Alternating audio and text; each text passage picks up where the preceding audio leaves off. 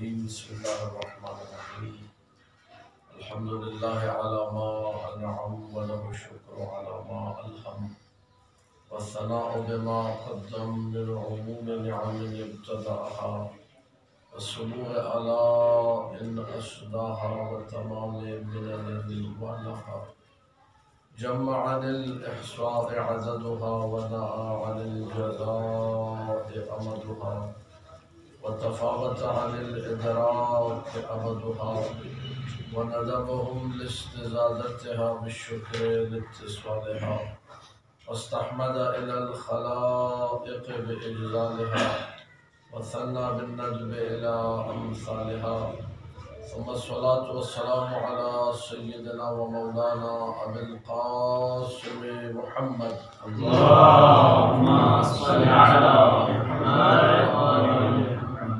وعلى الطيبين الطاهرين المعصومين المظلومين المنتجبين الأخيار واللعنة الدائمة على أعدائهم الأشرار.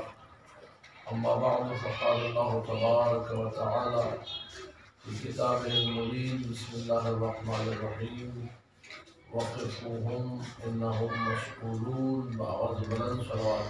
اللهم صل على محمد.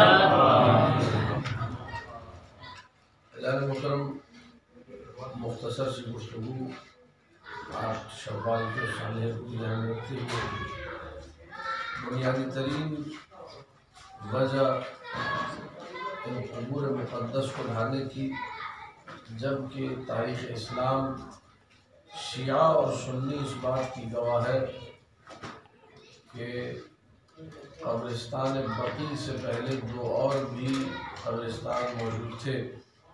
بنو سلمہ ایک قبیلہ تھا، اس کا قبرستان موجود تھا. ایک اور قبیلہ تھا، نام ذہن میں نہیں، اس کا قبرستان موجود تھا. بقیع اس قبرستان کو کہتے ہیں کہ جس میں پہلے سے درخت یا جڑی بوٹیاں یا اس ٹائپ کی کوئی چیز بڑے وسیع میدان میں پایا جائے. اس میں غرقد ایک وحشی درخت ہوتا ہے، وہ پایا جاتا تھا، اسی لیے اس کو بقیع کہا جاتا ہے. اس جگہ پہ سب سے پہلے جس انصاری کو دفنایا گیا اس کا نام اسعد بن زرارہ تھا. سب سے پہلے جس مہاجر کو دفنایا گیا اس کا نام عثمان بن مظعون صحابی جلیل القدر جس کا شیعہ اور سنی سب احترام کرتے، اور امیر المؤمنین سلام اللہ علیہ نے اپنے بیٹے کا نام جو عثمان رکھا تھا، روایت میں موجود ہے، یہ کہہ کے رکھا تھا کہ میں اپنے بیٹے کا نام جو عثمان رکھ رہا ہوں تاکہ بعد میں کسی کو اشتباہ نہ ہو جائے کہ عثمان بن عفان بن عمر نے رکھا ہے. میں عثمان ابن ملعون کی وجہ سے، اس کی جلالت قدر کی وجہ سے جو صحابی رسول ہے، اس کی عظمت کو دیکھ کر اپنے بیٹے کا نام عثمان ابن ملعون رکھا. عثمان نام رکھا، نہ کہ ابن ملعون، عثمان نام رکھا. سب سے پہلے جس مہاجر کو بقیع میں دفنایا گیا وہ عثمان ابن ملعون، اور نبی اکرم نے اپنے دست مبارک سے سنگ مزار جسے کہا جاتا ہے اسے نصب کیا، اور بار بار یہ جملے کہتے تھے اصلی و ادعو علیہم، میں جو ہے ان کے لیے دعا کرتا ہوں، میں ان پر رحمت کی دعا کرتا ہوں، ان کی نمازیں پڑھتا ہوں. یعنی ایصال ثواب کا سلسلہ بھی شیعہ سنی کی تعاون موجود ہے. یحشر من هذه المقبرة 70,000 رجل، اسی مقبرے سے 70,000 مردوں کو محشور کیا جائے گا جو کہ بنا کسی حساب و کتاب کے جنت کی طرف روانہ ہوں. شیعہ سنی مسلمان میں روایت موجود ہے. تو بقیع کا ایک احترام اول امر سے تھا، پہلے دن سے، جس دن سے بقیع کی بنیاد رکھی گئی پہلے دن سے بقیع کا احترام موجود ہے. رسول اکرم کے بیٹے حضرت ابراہیم جب ان کا انتقال ہوا تو ان کو بھی جو ہے حضرت عثمان کے نزدیک، عثمان بن ملعون کے نزدیک دفنایا. یہ وہ قبور ہے جو نبی اکرم کی زندگی میں بقیع میں. کتنے ایسے معجزات تھے جو بقیع کی اہمیت کو بتانے کے لیے مولا متقیان کو اللہ کے رسول نے حکم دیا کہ یا علی آپ بقیع میں جائیے. مثلا ہمارے پاس جو معتبر روایت ہے سورج کے ساتھ گفتگو ہے، اس میں دیکھیے تاکہ بقیع میں جاؤ، بقیع میں فلاں ٹیلے میں کھڑے ہو اور سورج کو سلام کرو. امیر کائنات نے سورج کو سلام کیا، رسول اللہ کے کہنے پر سورج نے سلام کا جواب دیا. مشہور معروف معجزہ تاریخ کتابوں میں مل جاتا ہے. ہمارے پاس ہے، ان کے پاس ہے نہیں، میرے علم میں نہیں ہے. لیکن بہرحال بقیع سے معجزات منسوب ہے، بقیع سے کرامات منسوب ہے، بقیع کی فضائل عجیب و غریب ہے. بقیع کا سنگ بنیاد اگر کسی نے رکھا تو اس ہستی کا نام محمد مصطفیٰ صلی اللہ علیہ وسلم۔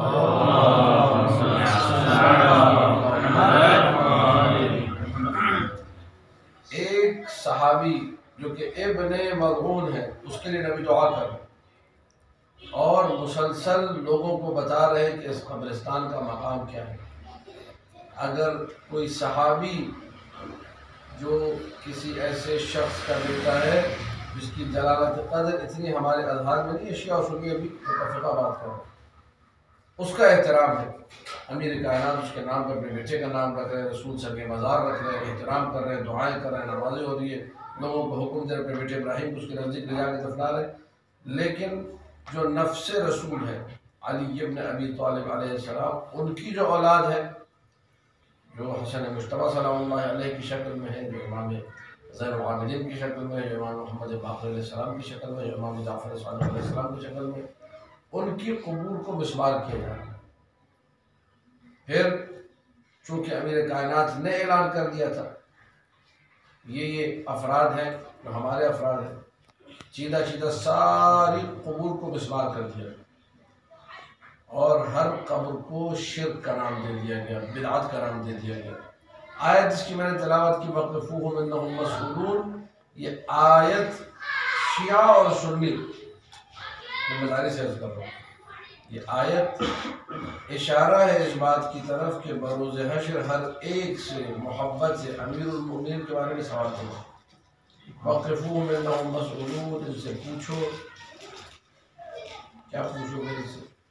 روکو، ان سے پوچھو، ان سے پوچھا جائے گا۔ وَقِفُوهُمْ، انہیں ٹھہراؤ، انہیں روکو، إِنَّهُمْ مَسْئُولُونَ، یہ مسئول ہے، ان سے سوال ہوگا، پوچھا جائے گا۔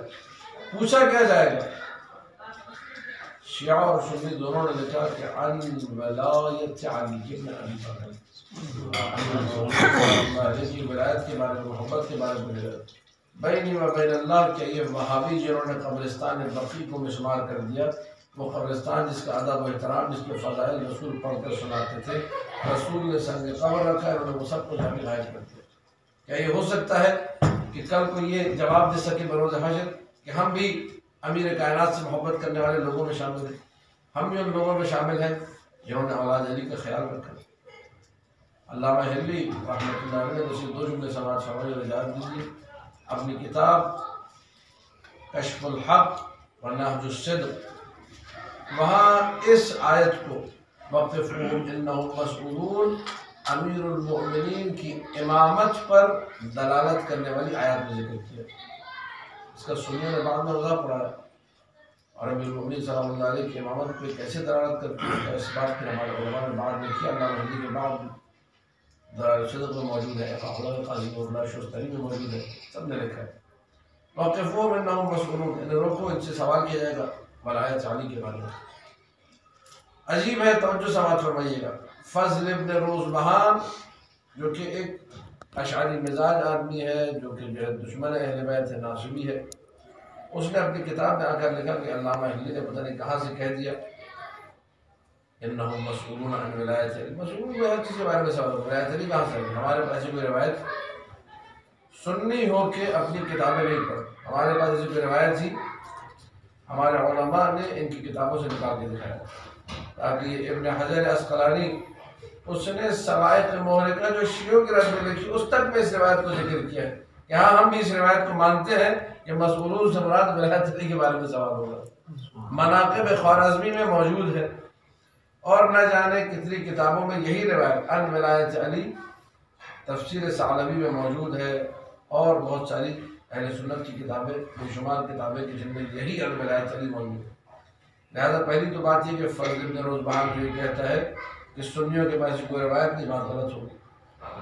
اس کے بعد فضل نے ایک اور جملہ لکھا، کہا کہ اگر ثابت ہو بھی جائے انہم مسئولون عن ولایت علی، محبت علی کے بارے میں سوال ہوگا، تو اس سے امامت ثابت، اس سے آپ امیر المؤمنین کی امامت کو ثابت نہیں کر سکتے۔ آپ کی سماعتوں کی نظر کر رہا ہوں تو لا بے حوضہ نجف کی سماعتوں کی نظر یہ جملہ جو جوال امیر المؤمنین موجود ہے، شیخ مظفر رحمۃ اللہ علیہ، شیخ محمد حسن مظفر جنہوں نے کتاب دلائل الصدق لکھی، اور گزارش کروں گا پڑھیے اس کتاب کو، مباحثہ کیجیے، بہترین کتاب ہے۔ انہوں نے یہ جملہ لکھ کے قلم توڑ دیا، بڑا کمال کا جملہ ہے۔ کہا کہ اتنا تو تم نے مان لیا کہ سوال ہوگا ولایت علی کے بارے میں، محبت علی کے بارے میں، اب تمہارا اعتراض اتنا ہے کہ اس محبت سے امامت ثابت نہیں ہوتی۔ توجہ چاہ رہا ہوں، اس محبت سے، سؤال محبت سے امامت ثابت نہیں ہوتی۔ انہوں نے لکھا کتاب سنیے نے کہ بابا ہم بھی علی کو ولی اللہ مانتے ہیں، ہم بھی علی ولی اللہ کہتے ہیں، ولی اللہ نہیں اللہ کے دوست، وہ اولیاء بہت سے، ولی کو ایک سینکڑوں ولی، ہزاروں ولی، جتنے نبی تھے سارے اللہ کے ولی تھے، ان کے وسیع سارے اللہ کے ولی تھے، ملائکہ جتنے ہیں سارے اللہ کے ولی ہیں، مقرب درگاہ الہی جتنے ہیں سارے اللہ کے ولی ہیں۔ واضح ہے یا نہیں؟ پوری توجہ چاہ رہا ہوں۔ شیخ حسن مظفر نے یہ لکھ کر قلم توڑ دیا، کہا کہ مجھے صرف اتنا بتا دو کہ جب 1,24,000 انبیاء میں سے نبی اکرم کے علاوہ سارے کے سارے ان کو تم اللہ کا ولی مان رہے ہو، نبی اکرم تو افضل ترین مقام پر ان کی بات نہیں ہو رہی، اس کے بعد ساری کائنات کے لوگوں کو جو کہ اچھے لوگ ہیں، جو عمل صالح انجام دینے والے، جو مقرب لوگ ہیں، اللہ کا ولی مان رہے ہو، سارے ملائکہ کو اللہ کا ولی مان رہے ہو، مجھے صرف اتنا بتا دو ان سارے اولیاء کو چھوڑ کر علی کی ولایت کے بارے میں سوال کیوں ہو رہا ہے؟ یہ سوال بتا رہا ہے کہ کوئی نہ کوئی خصوصیت، کوئی نہ کوئی امتیاز، کوئی نہ کوئی اہمیت علی بن ابی طالب سلام اللہ علیہ کے حوالے سے ہے، جس کو تم لوگ ذکر نہیں کرتے، ہم لوگ ذکر کرتے ہیں۔ تم لوگ چھپانے والے ہو، بغض علی کے بیمار ہو، تمہارے دل میں بغض علی سے چھپاتے ہو۔ صحیح مسلم میں تم نے حدیث بھر دی، صحیح بخاری میں حدیث بھر دی کہ نبی نے کہا کہ انسان کو سونا نہیں چاہیے، لا ينبغي للمرء ان ينام الا وان يكون وصيته تحت خده، مگر ایک اس کی وصیت جو ہے اس کے گال کے نیچے ہو، تحت بخدته، اس کے تکیے کے نیچے ہو۔ وہ نبی جو ساری زندگی مسلمانوں کو یہ تاکید کرتا رہا کہ سونا مت جب تک وصیت گال کے نیچے نہ رکھو، سونا مت جب تک وصیت تکیے کے نیچے نہ ہو۔ عجیب یہ ہے کہ اسی نبی کی وصیت تم کو، اسی نبی کی وصیت تم کو ملتی نہیں ہے۔ یہ صرف اور صرف ایک ہی چکر ہے، اور وہ ہے دشمنی امیر المؤمنین سلام اللہ علیہ۔ 8 شوال 1344 ہجری ہمیں اس واقعے کی یاد دلاتا ہے، جس میں امیر المؤمنین سلام اللہ علیہ کی دشمنی میں 70,000 کے قریب افراد، جس میں انہوں نے نہ شیعہ کو دیکھا نہ سنی کو دیکھا۔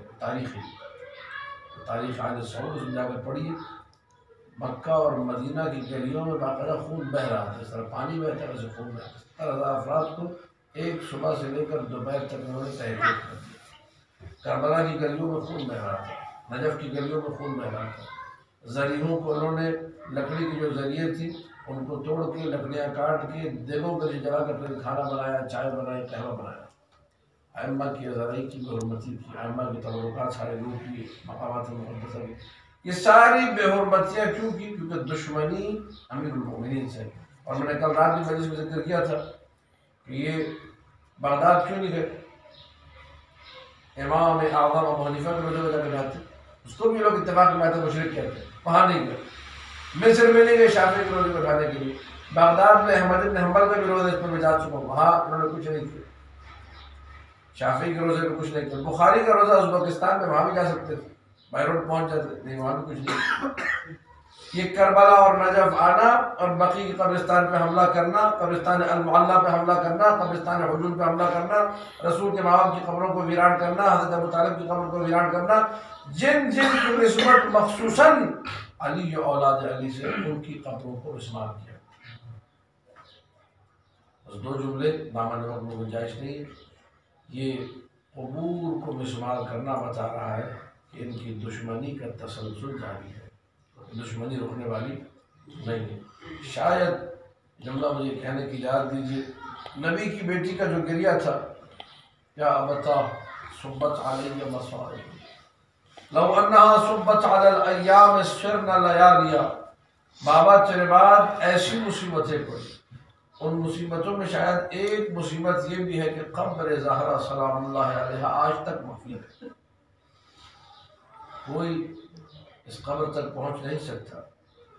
مسلمانوں نے کتنی اذیتیں دی نبی کی بیٹی کو کہ 95 دن نبی کی بیٹی کا مرثیہ یہی ہے، صبت علیہ مصائب لو انہا صبت علی الایام سرن لیالیا، بابا تیرے بعد ایسی مصیبتیں پڑی، اگر وہ مصیبتیں روشن دنوں پر پڑتی تو وہ تاریک راتوں میں بدل جاتا۔ کیسی مصیبتیں تھیں۔ 95 دن نبی کی بیٹی تڑپتی رہی، 95 دن نبی کی بیٹی گریہ کرتی رہی، 95 دن نبی کی بیٹی دکھوں میں رہی۔ مسلمان دکھ بانٹنے نہ آئے، مسلمان دلاسا دینے نہ آئے، مسلمان اگر آئے تو دروازے پہ لکڑیاں لے کر، مسلمان اگر آئے تو دروازے کو آگ لگانے آ گئے۔ تاریخ نے یہ جملہ اس ملعون ازل و ابد کا نقل کیا جو دروازے پہ لکڑیاں لے کر آیا تھا۔ جب بی بی نے کہا کہ یہ نبی کا دروازہ ہے، اس دروازے پر نبی کھڑے ہو کے سلام کیا کرتے تھے، تو اس نے کہا کہ میں اسی نبی کے دین کو پختہ کروں گا اس دروازے کو جلا کر۔ بڑا جسور تھا۔ اور اس کے بعد یہ جملہ اس ملعون نے کہا کہ میں گھر کو گھر والوں سمیت جلا دوں گا۔ استغفر باللہ، عصمت ہے، طہارت ہے، آیت تطہیر جہاں نازل ہوئی ہے، معصومین جہاں بستے ہیں، کہہ رہے میں سب کو جلا دوں گا۔ نبی کی بیٹی نے کیسے مظالم سہے کوئی ادراک نہیں کر سکتا۔ بس ایک روایت ملا فاضل بستانی رحمۃ اللہ علیہ نے اپنی کتاب انباز البکاء میں ذکر کی، وہ سماعت فرمائی اور مجھے یاد دیجیے کتنے دکھ تھے، کتنے درد تھے فاطمہ زہرا کے۔ مولا متقیان ایک دن جب گھر میں وارد ہوئے تو دیکھا فاطمہ زہرا بستر پہ لیٹی ہوئی ہے۔